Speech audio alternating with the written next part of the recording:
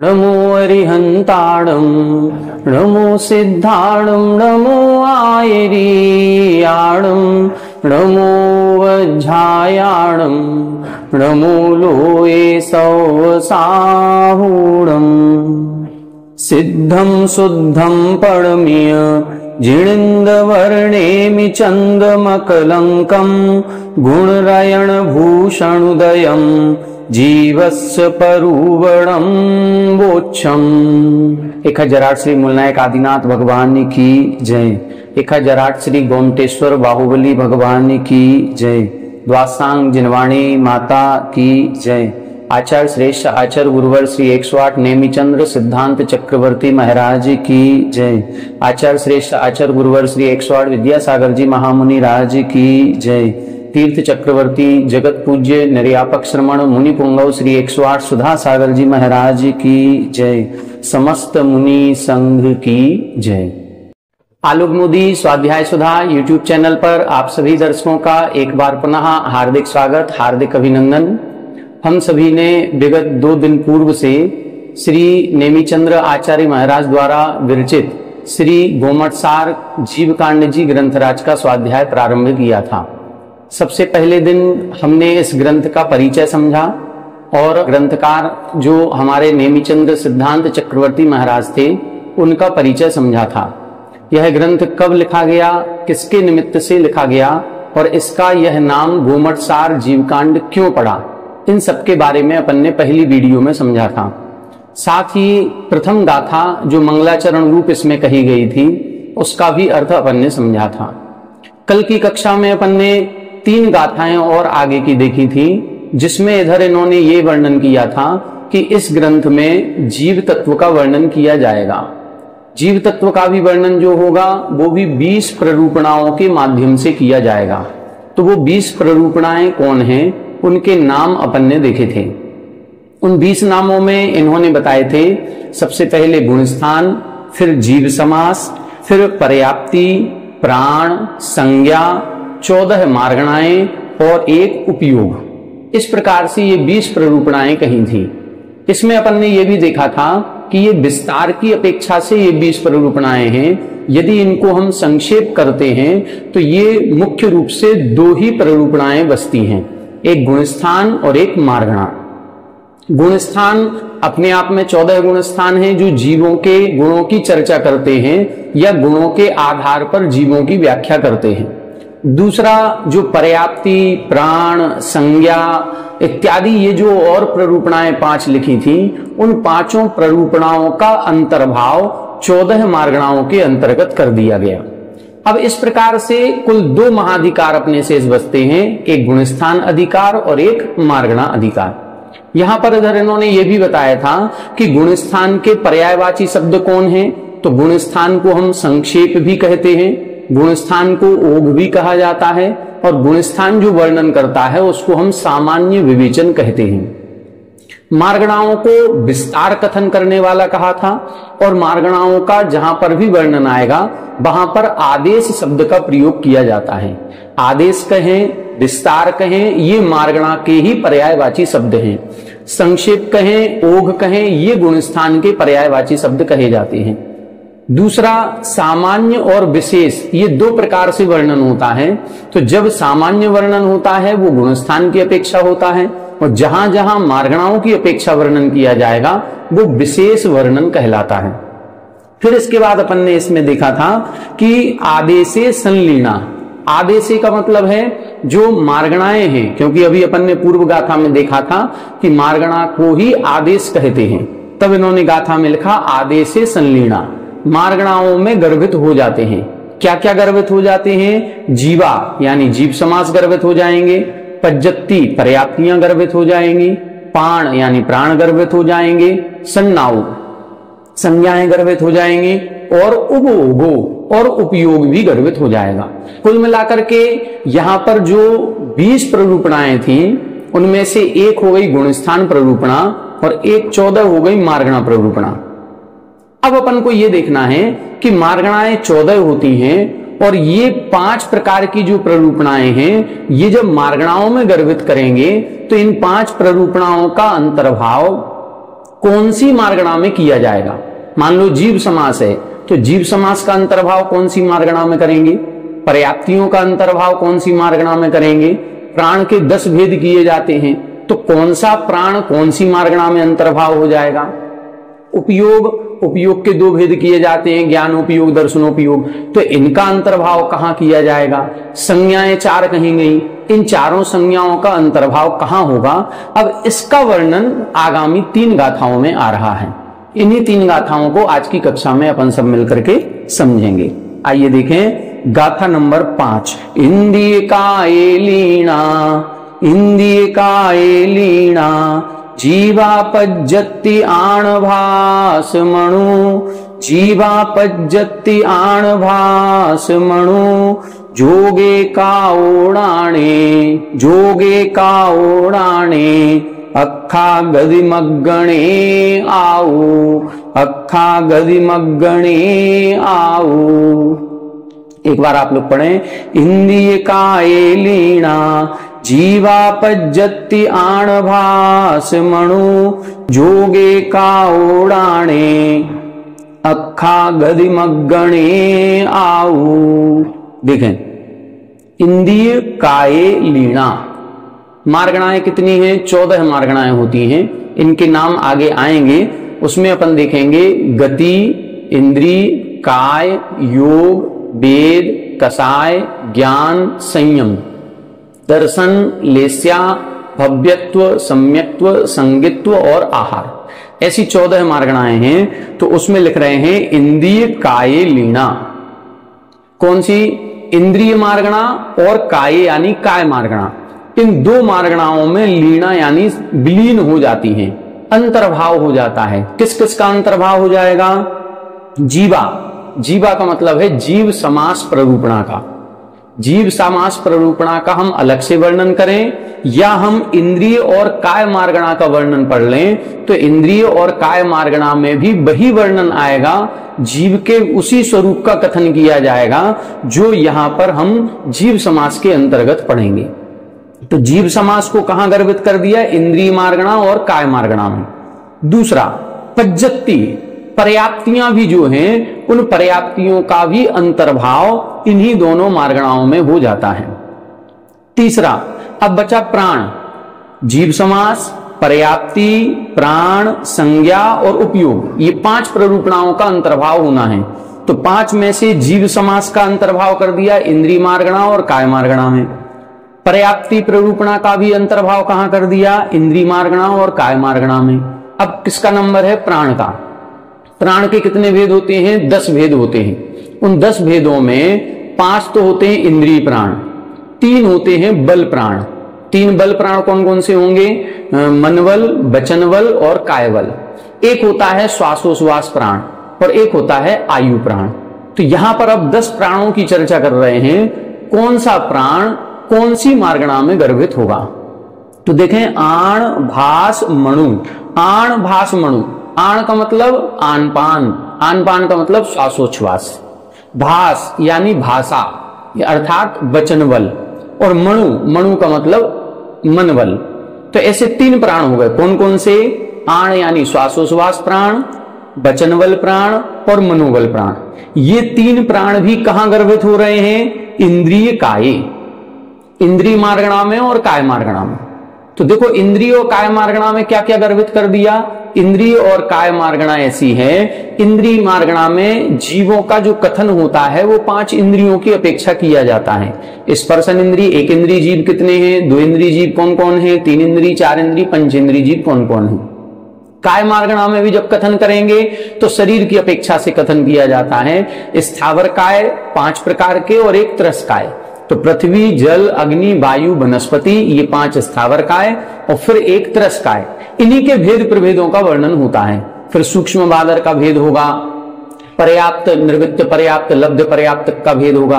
तो ये सारा जो वर्णन किया जाता है वो इंद्रिय मार्गणा और काय मार्गणा में आता है और यही वर्णन जीव समास के अंतर्गत आएगा। जब हम 14 जीव समास पढ़ेंगे तो उसमें भी आएगा कि 1 इंद्रिय के 2 भेद करेंगे, सूक्ष्म 1 इंद्रिय, बादर 1 इंद्रिय, फिर 2 इंद्रिय, 3 इंद्रिय, 4 इंद्रिय, सैनी पंचेंद्रिय, असैनी पंचेंद्रिय। सात भेद ये हो गए, ये सातों पर्याप्तक और सातों अपर्याप्तक, ये 14 जीव समास हो गए। इन्हीं के और भेद प्रभेद करते हैं तो 19, 57 और 98 जीव समास हो जाते हैं। तो ये सभी पूरा वर्णन अपन को इंद्रिय मार्गणा और काय मार्गणा में लगभग एक समान आएगा, इसीलिए इनका अंतर्भाव इंद्रिय और काय मार्गणा में कर दिया। पर्याप्तियों का भी वर्णन इसी में हो जाएगा, क्योंकि जहां जीव समास का वर्णन करेंगे वहां पर जीवों के पर्याप्तक, निर्वृत्त पर्याप्तक और लब्ध पर्याप्तक, ये तीन भेद करेंगे। और जब पर्याप्तियों का वर्णन होगा तो वहां पर भी यही स्थिति बनेगी कि ये पर्याप्तियों में जिसके शरीर पर्याप्ति पूर्ण हो जाती है वो पर्याप्तक है, जिनकी नहीं होती वो अपर्याप्तक कहलाते हैं। अपर्याप्तक के दो भेद, लब्ध पर्याप्त, निर्वृत्त पर्याप्त, इस प्रकार से। तो दो पूरी प्ररूपणाएं, जीव समास और पर्याप्ति, ये दोनों प्ररूपणाएं इंद्रिय मार्गणा और काय मार्गणा में गर्भित हो गई। प्राण के जो 10 भेद किए थे उन 10 में से 3 प्राण, श्वासोश्वास प्राण, भाषा वचनवल प्राण और मनवल प्राण, ये 3 प्राण भी इंद्रिय और काय मार्गणा में गर्भित हो जाते हैं। अब शेष कितने प्राण बचे? 7 प्राण बचे। उन 7 को कहां गर्भित करेंगे? तब लिख रहे हैं जोगे काऊ। काओ यानी कायवल प्राण। जो कायवल प्राण है वो कहां गर्भित होगा? जोगे, योग मार्गणा में गर्भित होगा। जहां योग मार्गणा के भेद करेंगे तो वहां पर काय योग के अंतर्गत 7 प्रकार के काय योग कहे जाएंगे। औदारिक काय योग, औदारिक मिश्र काय योग, वैक्रियक काय योग, वैक्रियक मिश्र, आहारक काय योग और कार्वण काय योग। तो ये कायवल प्राण को योग मार्गणा में गर्भित कर दिया। राणे अक्खा, जो अक्खा यानी इंद्रियां, जो इंद्रियां प्राण हैं, 5 इंद्रिय प्राण होते हैं, स्पर्शन इंद्रिय प्राण, रसना इंद्रिय प्राण, घ्राण इंद्रिय प्राण, चक्षु इंद्रिय, कर्ण इंद्रिय प्राण। तो 5 इंद्रिय प्राणों को कहां गर्भित कर दिया? राणे, ज्ञान मार्गणा में गर्भित किया है। ज्ञान मार्गणा में क्यों गर्भित किया? क्योंकि इंद्रिय प्राण ज्ञान के क्षयोपशम से ही होगा। ज्ञानावरण कर्म का क्षयोपशम होगा तभी हमको ज्ञान प्राप्त होगा। और ये 5 इंद्रिय प्राण 5 इंद्रियावरण कर्म के क्षयोपशम से ही बनते हैं। बाद में फिर जाति नाम कर्म का उदय होने से उस प्रकार से इंद्रियों की रचना होती है। मुख्य रूप से तो क्षयोपशम से ही भाव प्राणों का कथन किया जाता है, इसीलिए इंद्रियों को राणे, ज्ञान मार्गणा के अंतर्गत गर्भित कर दिया। फिर लिख रहे हैं गदिमग्गणे आयु। जो आयु है, आयु को कहां गर्भित कर रहे हैं? आयु प्राण को, आयु प्राण को गति मार्गणा में गर्भित कर रहे हैं। क्योंकि गति के भी 4 भेद हैं, नरक गति, त्रियंच गति, मनुष्य गति, देव गति। और आयु के भी 4 भेद होते हैं, नरकायु, त्रियंचायु, मनुष्यायु, देवायु। तो जो आयु प्राण है वो गति का सहचारी है, इसीलिए गति मार्गणा में गर्भित हो जाए। इस प्रकार से ये 10 प्राणों का कथन इन्होंने कर दिया। अब ये चीज अपन को ध्यान रखनी है कि कौन सी प्ररूपणा को कौन सी मार्गणा में गर्भित किया। सबसे पहले इंद्रिय और काय मार्गणा को लेंगे। इन 2 मार्गणाओं में जीव समास प्ररूपणा, पर्याप्ति प्ररूपणा, ये 2 प्ररूपणाएं पूर्ण रूप से गर्भित हो गई।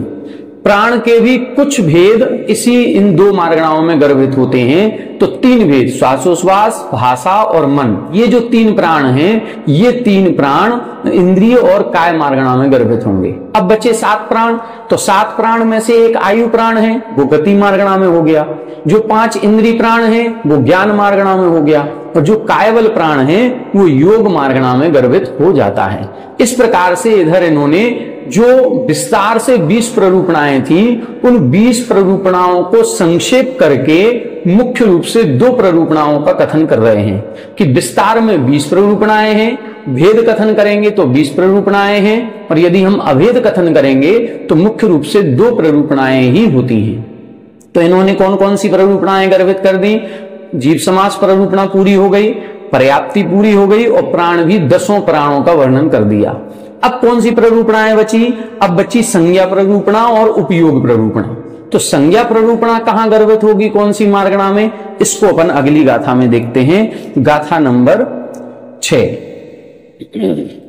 मायालोहे रदि पुव्वाहारं कोहमाणगं हि भयम्। मायालोहे रदि पुव्वाहारं कोहमाणगं हि भयम्। वेदे में हुण सन्ना, वेदे में हुण सन्ना, लोहम हि परिगहे सन्ना, लोहम हि परिगहे सन्ना।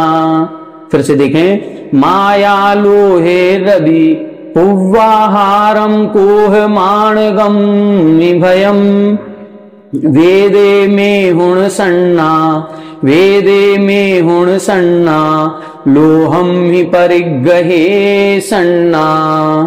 देखें यहां बता रहे हैं संज्ञा चार प्रकार की होती है। एक होती है आहार संज्ञा, एक होती है भय संज्ञा, एक मैथुन संज्ञा और एक परिग्रह संज्ञा। इन चारों संज्ञाओं से सहित ही प्राणी पाया जाएगा, चाहे भले वो निगोदीय जीव हो, चाहे वो मनुष्य हो, चाहे त्रियंश हो, चाहे देव हो।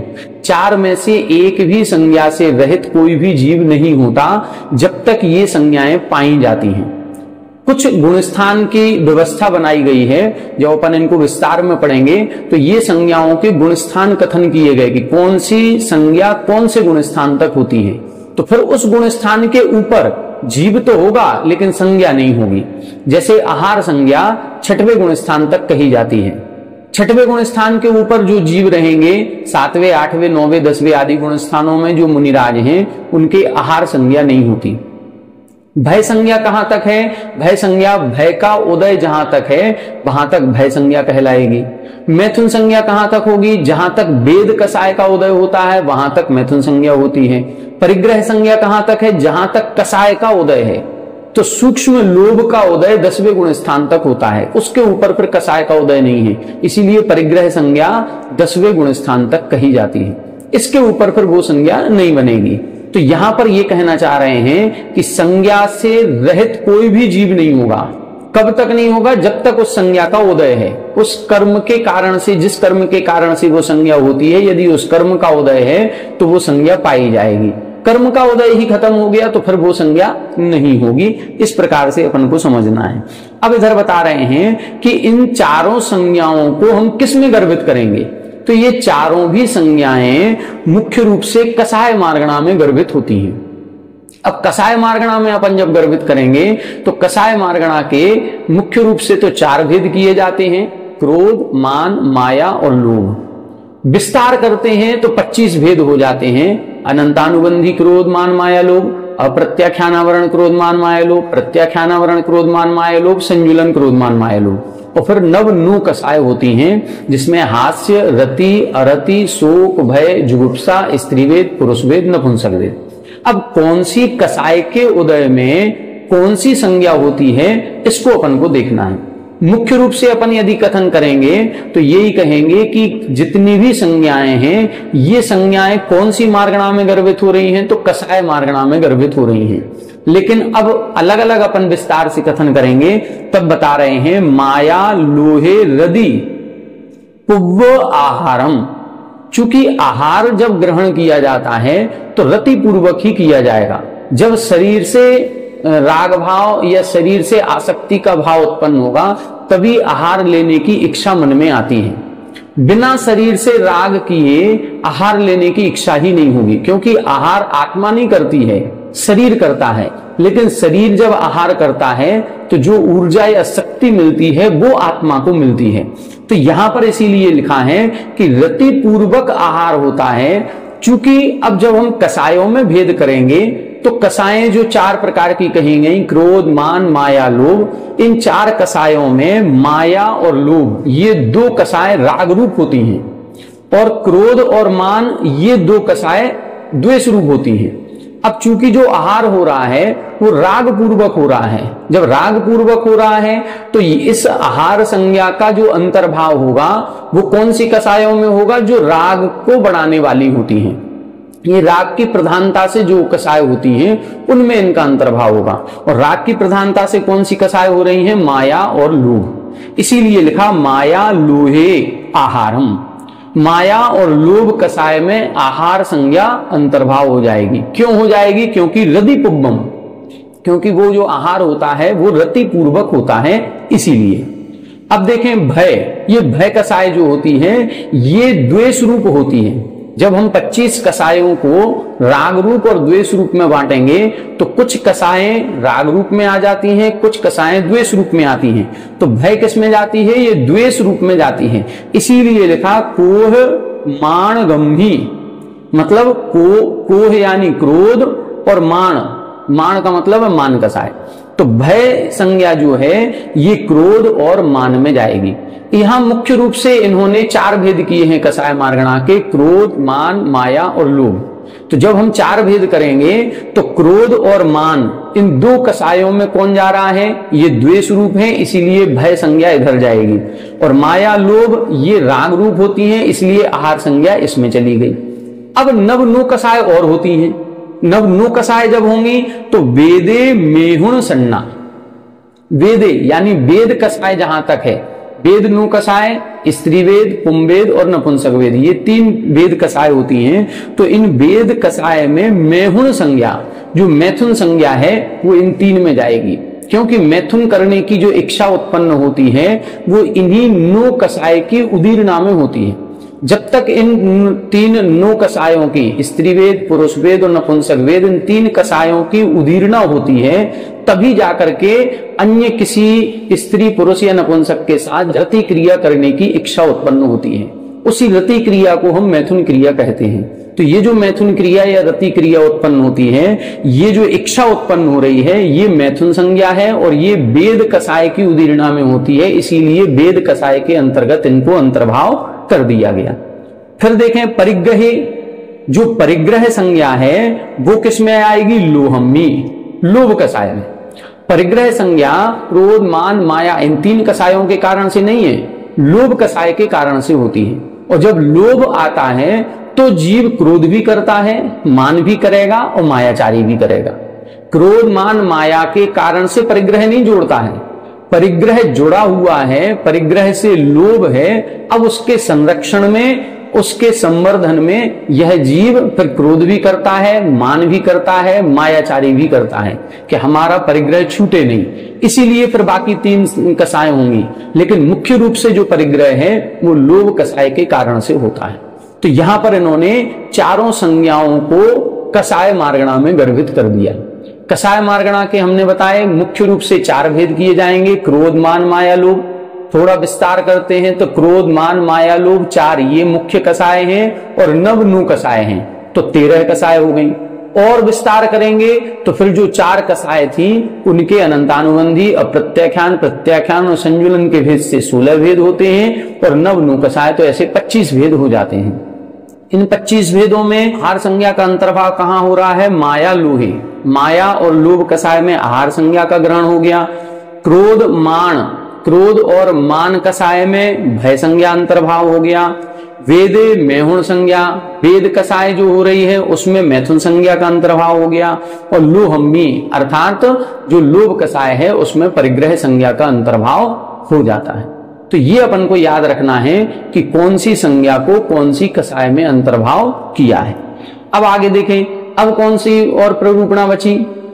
अपन ने देख लिया इंद्रिय और काय मार्गणा में, इन 2 मार्गणा में जीव समास, पर्याप्ति और 3 प्राण, श्वासोश्वास, भाषा और मन, इन 3 को गर्भित किया था। फिर अपन ने ये देखा था आयु प्राण को गति मार्गणा में गर्भित किया, इंद्रिय प्राण को ज्ञान मार्गणा में गर्भित किया और साथ में जो कायबल प्राण था उसको योग मार्गणा में गर्भित किया था। तो 3 प्ररूपणाएं तो इंद्रिय और काय मार्गणा में गर्भित हो गई। फिर इसके बाद अपन ने देखा था जो संज्ञा प्ररूपणा है उस संज्ञा प्ररूपणा के 4 भेदों को कसाय मार्गणा में गर्भित कर दिया। अब कौन सी बची, अब बची अपनी उपयोग प्ररूपणा, वो इसमें बता रहे हैं। देखें, सागारो उबजोगो, सागारो उबजोगो, णाणे मग्गम्मि दंसणे मग्गे, णाणे मग्गम्मि दंसणे मग्गे, अणगारो उबजोगो, अणगारो उबजोगो, लीणोत्ति जिणे हिणे दिठम, लीणोत्ति जिणे हिणे दिठम, सागारो उबजोगो, णाणे मग्गम्मि दंसणे मग्गे, अणगारो उबजोगो, लीणोत्ति जिणे हिणे दिठम। देखें, सागारो उबजोगो, णाणे मग्गम्मि। देखो अब उपयोग के 2 भेद कर रहे हैं। उपयोग के अपन ने 2 भेद पढ़े थे, सा द्विविधोष्ट चतुर्भेदा, वह उपयोग 2 प्रकार का है। फिर उसके 8 भेद किए और 4 भेद किए। द्रव्य संग्रह में अपन ने गाथा पढ़ी उव ओगो दुबी अप्पू, उपयोग 2 प्रकार का है। तो दो प्रकार का उपयोग कौन कौन सा है, एक साकार उपयोग और एक निराकार उपयोग। साकार उपयोग कहलाता है जो ज्ञान है उसको हम साकार उपयोग वाला कहते हैं, और जो दर्शन होता है वो निराकार उपयोग वाला कहलाता है। दर्शन पूर्वक ही ज्ञान होता है। हम जितने भी छद्मस्थ हैं इनके सभी जीवों के दर्शन पूर्वक ज्ञान होता है। जो केवल ज्ञानी हो जाते हैं, जो छद्मस्थ नहीं है, जिनके ज्ञानावरण और दर्शनावरण नष्ट हो गया, ऐसे जीवों के ज्ञान और दर्शन दोनों उपयोग एक साथ होते हैं। तो यहां पर चूंकि बात कर रहे हैं साकार उपयोग और अनाकार उपयोग की, तो साकार उपयोग ज्ञान स्वरूपी होता है, इसीलिए लिखा नाणे मग्गम्मी। साकार उपयोग है इसलिए ज्ञान मार्गणा में गर्भित हो जाएगा। जब हम ज्ञान मार्गणा के भेद करेंगे तो ज्ञान मार्गणा के भेद में 8 प्रकार के जीवों का कथन किया जाएगा। मति, श्रुत, अवधि, मनः प्रय केवल ज्ञानी जीव, और दूसरा कुमति, कुश्रुत और कुअवधि ज्ञानी जीव। तो 8 प्रकार का उपयोग, वही उपयोग यहां पर भी 8 प्रकार का किया जाएगा। तो चाहे ज्ञान मार्गणा के स्वरूप को पढ़ें और चाहे हम उपयोग मार्गणा में साकार उपयोग के स्वरूप को पढ़ें, लगभग वर्णन वही किया जाएगा जो ज्ञान मार्गणा में है। इसीलिए इधर पर इन्होंने ज्ञान मार्गणा में सागारो उपयोगो, साकार उपयोग को गर्भित कर दिया। दंसणे मग्गे, अब एक मार्गणा दर्शन मार्गणा है। उस दर्शन मार्गणा के 4 भेद किए जाते हैं, चक्षु दर्शन, अचक्षु दर्शन, अवधि दर्शन और केवल दर्शन। तो ये चारों प्रकार का दर्शन के जो जीव हैं, कोई जीव चक्षु दर्शन वाले होंगे, कोई जीव अचक्षु दर्शन वाले हैं, कोई जीव अवधि दर्शन वाले हैं, कोई जीव केवल दर्शन वाले हैं। तो इसीलिए दर्शन मार्गणा के अंतर्गत अणगारो उपयोगो लीणु, ये अनाकार उपयोग उसमें लीन हो जाता है या विलीन हो जाता है। तो इस प्रकार से ये किसने कहा है, जिणे ही निर्दिष्टम, ऐसा जिनेन्द्र भगवान ने उपदेश किया है या कहा है। तो ये कौन सी मार्गणा में कौन सी प्ररूपणा गर्भित हुई है, इसका पूरा वर्णन यहां तक पूरा हो गया। अब इसका आपको एक अपनी डायरी जो भी बनाएंगे उस पर एक चार्ट बनाएं और उस चार्ट पर ये अपन पूरा लिखें कि एक तरफ लिखें प्ररूपणा, एक तरफ लिखें मार्गणा। कौन सी प्ररूपणा कौन सी मार्गणा में गर्भित हो रही है ये आपको लिखना है। अब यदि आपसे पूछा जाए ज्ञान मार्गणा में कौन कौन सी प्ररूपणाएं गर्भित होती हैं, तो अब ज्ञान मार्गणा में 2 प्ररूपणाएं गर्भित हो रही हैं। एक तो अपन ने इंद्रिय प्राण देखा था, इंद्रिय प्राण कहां गर्भित हो रहा था, ज्ञान मार्गणा में। और दूसरा ये जो साकार उपयोग है ये भी ज्ञान मार्गणा में गर्भित हो रहा है। तो ज्ञान मार्गणा में 2 प्ररूपणाएं गर्भित हो रही हैं, प्राण प्ररूपणा के अंतर्गत इंद्रिय प्राण और उपयोग प्ररूपणा के अंतर्गत साकार उपयोग। दर्शन मार्गणा में क्या गर्भित हो रहा है, निराकार उपयोग। उपयोग प्ररूपणा का निराकार उपयोग वाले जीव दर्शन मार्गणा में गर्भित हो जाएंगे। गति मार्गणा में कौन गर्भित हो रहा है, आयु प्राण गर्भित हो रहा है। इंद्रिय और काय मार्गणा में क्या गर्भित हो रहा है, तो इंद्रिय और काय मार्गणा में अपना जीव समास, पर्याप्ति और श्वासोश्वास, भाषा और मन, ये 3 प्राण इंद्रिय और काय मार्गणा में गर्भित हो रहे हैं। कायबल प्राण योग मार्गणा में गर्भित हो रहा है और फिर आयु प्राण गति मार्गणा में गर्भित हो रहा है। जितनी 4 संज्ञाएं हैं ये चारों संज्ञाएं कसाय मार्गणा में गर्भित हो रही हैं। तो कसाय मार्गणा में भी अपन देखेंगे तो आहार संज्ञा और परिग्रह संज्ञा ये लोभ कसाय में गर्भित हो रही हैं। देखो आहार संज्ञा को भी लोहे लिखा है लोभ कसाय और परिग्रह संज्ञा भी लोभ कसाय में है।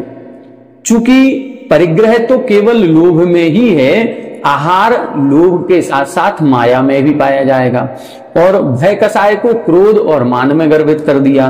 और जो वेदे मेहुण संज्ञा और जो मैथुन संज्ञा है इसको वेद कसाय में गर्भित कर दिया है। इस प्रकार से इधर जो प्ररूपणाएं हैं 20 प्ररूपणाओं में मुख्य 2 प्ररूपणाएं कही गई, वो 2 मुख्य प्ररूपणाएं हैं गुणस्थान और मार्गणा। गुणस्थान में किसी को गर्भित नहीं किया। गुणस्थान अपने आप में चूंकि वो आत्मा के गुणों की चर्चा करते हैं इसीलिए गुणस्थान है। और मार्गणा बहिरंग शरीर की एक प्रकार से बात करती है। मार्गणा जो है, मार्गणा में जो विशेषताएं हैं वो 14 विशेषताओं के कारण से जीव की खोज की जाती है। इसीलिए मार्गणाओं में सभी प्रकार की प्ररूपणाएं बाकी और गर्भित हो जाती हैं। ये अपन ने देख लिया। अब यहां पर ये बता रहे हैं एक एक प्ररूपणा का विस्तार पूर्वक कथन यहां से प्रारंभ होता है। सबसे पहले कौन सी प्ररूपणा थी, गुणस्थान प्ररूपणा। तो सबसे पहले अब यहाँ से गुण स्थान का वर्णन प्रारंभ होगा। लगभग 70 गाथाओं में गुण स्थान प्ररूपणा कही गई है। फिर उसके बाद जीव समास प्ररूपणा का वर्णन होगा, फिर पर्याप्ति, फिर प्राण, फिर संज्ञा, फिर मार्गणाएं, फिर उपयोग। तो यहां से अभी तो ये सामान्य कथन इनका इधर चल रहा था कि सामान्य कथन में 20 प्ररूपणाओं का वर्णन होगा। 20 प्ररूपणाओं में 2 प्ररूपणाएं मुख्य हैं, बाकी का अंतर्भाव मार्गणा प्ररूपणा में कर दिया जाता है।